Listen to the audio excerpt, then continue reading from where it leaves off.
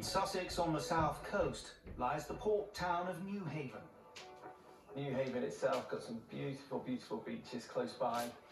We've got absolutely fantastic white cliffs, used in many a film pretending to be the White Cliffs of Dover. Far more picturesque, beautiful part of the world. There's been a lifeboat here since 1803. These days, Newhaven has a 7-class all-weather lifeboat which has a range of 250 nautical miles. You've only got to look out to sea, you can see the shipping lane, and there's a lot of ships out there continuously travelling to and fro. And the fact we've got Eastbourne Harbour, we've got a harbour at Newhaven, we've got a harbour at Brighton, the Brighton Marina. There's a lot of area for people to have a lot of boats. Newhaven Port is home to a small fishing fleet made up of trawlers and scallop boats. In its prime, there were once over 80 vessels operating from here, but numbers have dwindled recently. There's probably 20 to 25 fishing boats in the harbour, so they're always out. They have to go out, whatever the weather. Fishermen need to earn a living, and some of the conditions that you see them going out in, it's not something that I wouldn't choose to go out in those conditions. Yeah, brave men. They know they've got to earn some money. The boat's not going to earn the money whilst it's sitting in the harbour, so they're a tough bunch of people, that's for certain. For fishermen, the risk of death is 6 times higher than any job on land, making this the most dangerous occupation in the UK. The Newhaven crew are regularly called out to shouts involving fatalities. A couple of times that we've had to deal with loss. Just with close friends within the crew, we've always chatted to one another and given each other that support. There are professionals that contact you, but at the end of the day, the people that you want to contact you are your fellow crew.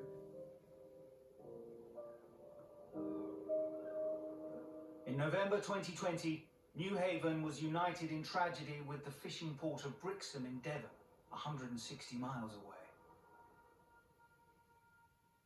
A Brixham scallop boat, the Joanna C, sent out a distress call in the early hours of the morning. She was sinking 3 miles off the Sussex coast with a crew of 3 on board. If ever I think about that day, it brings back some memories that I'll take with me for forever, really. Newhaven's 7-class lifeboat was launched, along with Eastbourne's Tamar class. And I just remember when we were going out, it was still in the sense that hopefully it's not the worst. And then we get radio through to say that no communications have been able to get hold of anyone on the Joanna C.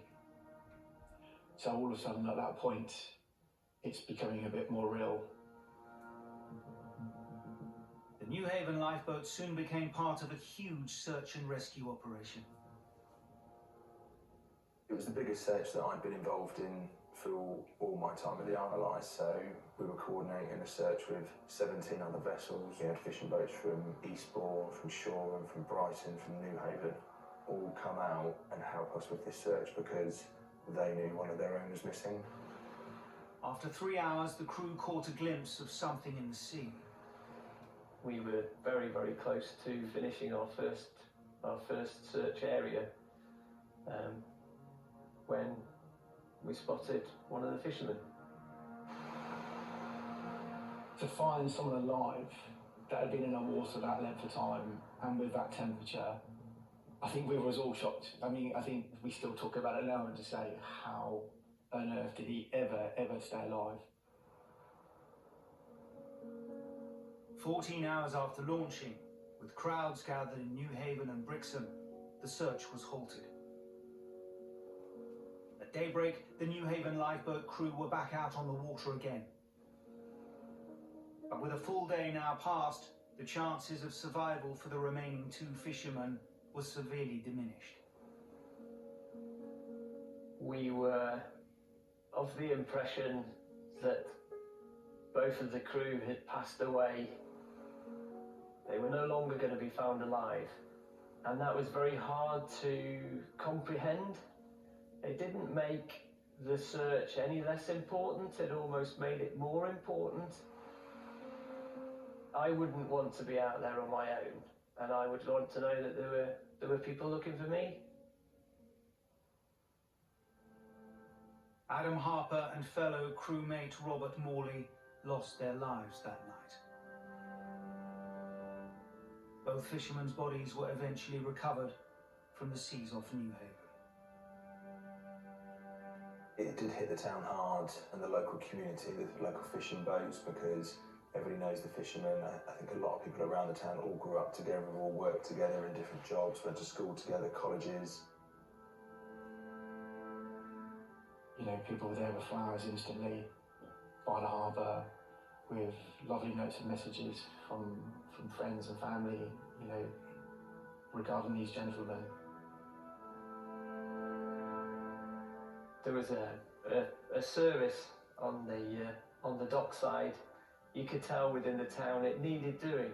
They wanted to know that they were all feeling the same, and it wasn't wrong to feel sadness. It wasn't wrong to feel heartache. And they were all there sharing memories, celebrating the life that was lost of someone so young, really. Yeah.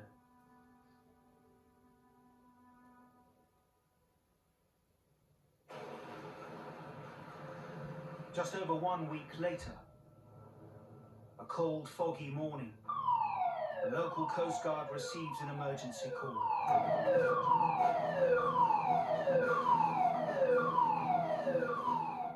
Launch Authority gave us the brief. You've been tasked to a blue and white bricks and beam trawler taking on water. And I was just like, you are kidding me. No way. How can we have another one within such a short period of time? The beam trawler, the Danielle, is 15 nautical miles offshore with a crew of 6 aboard. Newhaven's 7 class is placed on an immediate launch, with a full crew briefing to come on the way out to sea.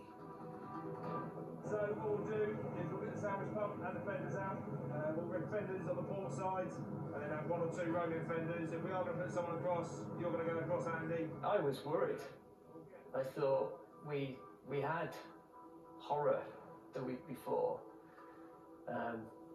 I didn't want to be involved in that again, not so soon. So this was our opportunity to put it right and bring everybody home.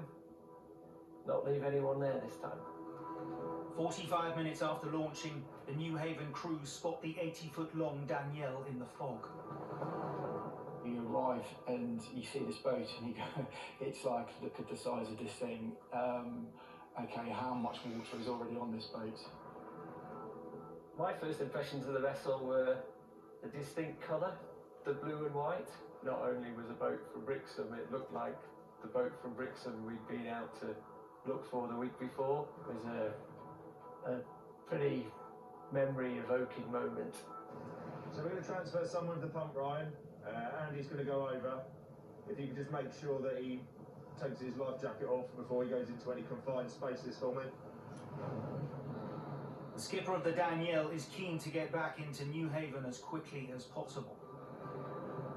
So Andy must now transfer across while both boats are moving.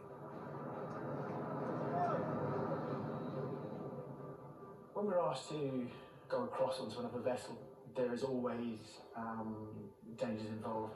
The risk you've got is that the sea can move and pull the boats apart, and you've only got to take the wrong step, and all of a sudden you find yourself in between the 2 boats. And the last thing you want to be is in that situation, because all of a sudden you've got to hope that both coxswains on both boats part as quick as they possibly can, so that you're not at risk of being crushed.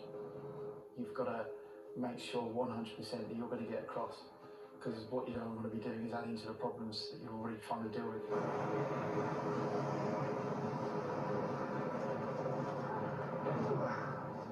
Andy makes it across on his first attempt. Now he must find out how badly the fishing boat is taking on water. Just to confirm, he says there's definitely a small hole in the hull. Yeah. Okay, right. It It turns out that the crew of the Danielle have used a broom handle to stem the flow of water into the boat. But the concern is for how long it can hold it back. Yeah, as soon as you move that stick, plugs in like, but that stick's just plugging the hole at the minute. Okay, is that a hole in a hole, or? No, we have no idea. This gentleman's explaining to you that, yes, I've stopped the water coming in by sticking the rubber bung and the broom handle in the hole. Yeah, as soon as you move that, it comes straight up. Okay. And he said, what should we do?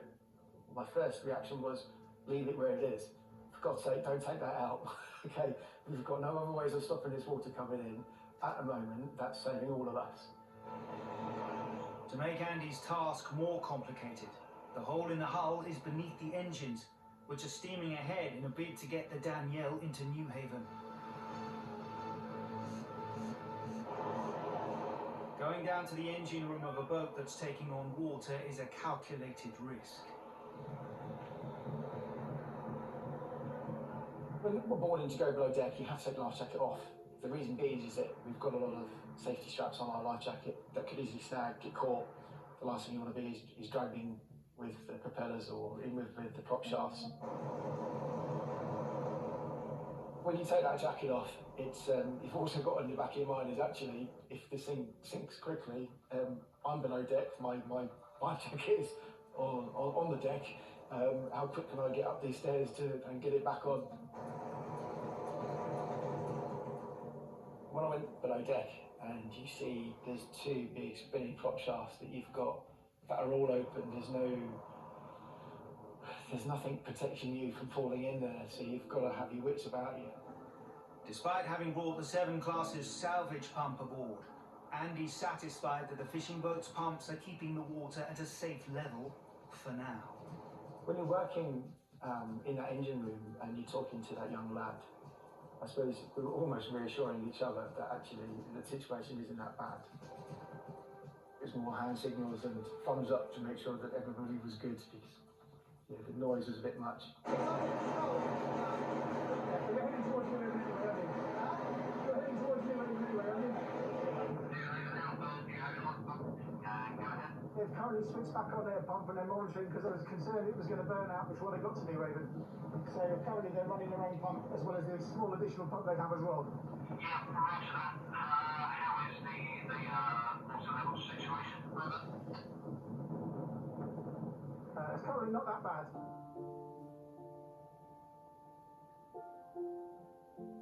Once we realised that the boat was in a better position in the fact that there wasn't a lot of water coming on board, so it gave me time to go, on deck and talk to the crew.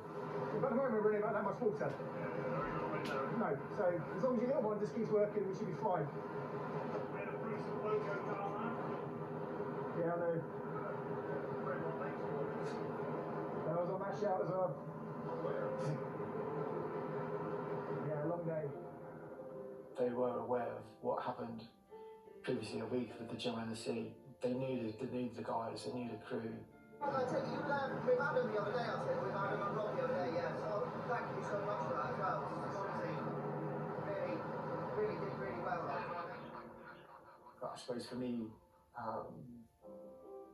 doing the Joanna Sea and then 8 days later on another Brixton boat with people talking about Joanna Sea, it brings it all back. But I suppose I walked away and eventually it was that it was a much more positive outcome. It was a long day to say the least. It was, I was going to say about it, really articulate. In fairness, it was lovely to see the community of Newhaven. Brilliant, absolutely brilliant. When I said on Facebook, people outside the lifeboat station, honestly, really touched over by what we did. That was good to see. Just over 2 hours after launching, the Newhaven lifeboat escorts the Danielle and its crew safely into harbour. It was a positive job after such a sad outcome the week before. So it was quite nice for everyone involved in that, launch authorities, the crew and the local community, knowing that we'd gone out to another incident, a similar type of tasking, but this one had a nice outcome that we were able to get the boat back and everyone was still on board it, which was good. It is what we sign up for, and you don't think twice about it. It's you don't ever go, "Oh, I'm not doing that." It's if you ever say that, then I don't think you need to be. You should be in a part of the RNLI. It's good that you can push yourself, and you know that you can always do better.